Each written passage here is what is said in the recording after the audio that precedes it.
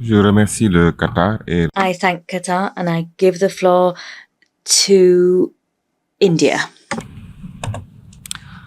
Mr. President, at the outset, I convey greetings on the holy month of Ramadan and also wish everyone a happy Holi, the festival of colors.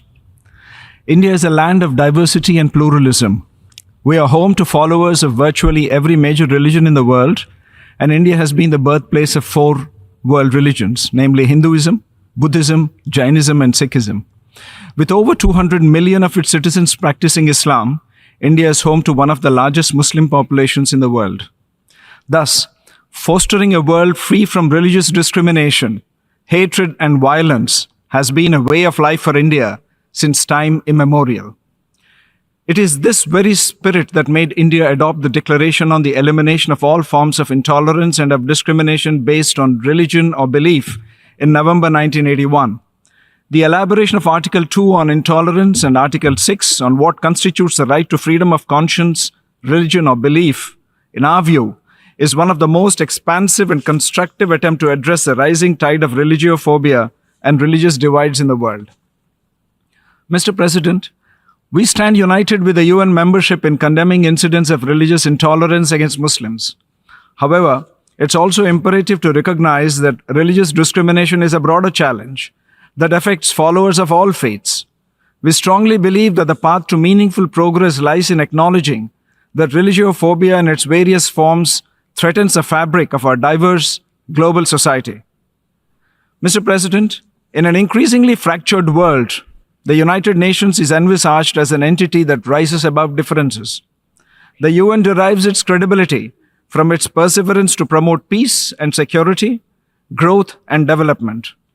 The work done by the United Nations and its entities in supporting maintenance of international peace and security, promoting social development, advancing women's empowerment, and fostering capacity building is immense. In keeping with this core agenda, any deliberation on issues of faith must seek to unite, not divide.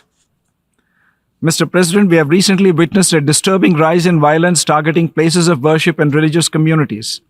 This can only be countered by sustained commitment and concrete action from all member states to the principle of equal respect for all faiths. All countries must commit to equal treatment of all their citizens and not practice policies that promote religious discrimination. We must also ensure that the education system does not perpetuate stereotypes or encourage bigotry. As we observe this day, let us remember that the fight against Islamophobia is inseparable from the broader struggle against religious discrimination in all its forms, as was correctly envisaged in the 1981 Declaration. Let us work towards a future where every individual, regardless of their faith, can live with dignity, security, and respect. Mr. President, as is their habit, the former Foreign Secretary of Pakistan today has made an unjustified reference to the Indian Union territory of Jammu and Kashmir. Frequent references will neither validate their claim nor justify their practice of cross-border terrorism. The fanatical mindset of this nation is well known, as also its record of bigotry.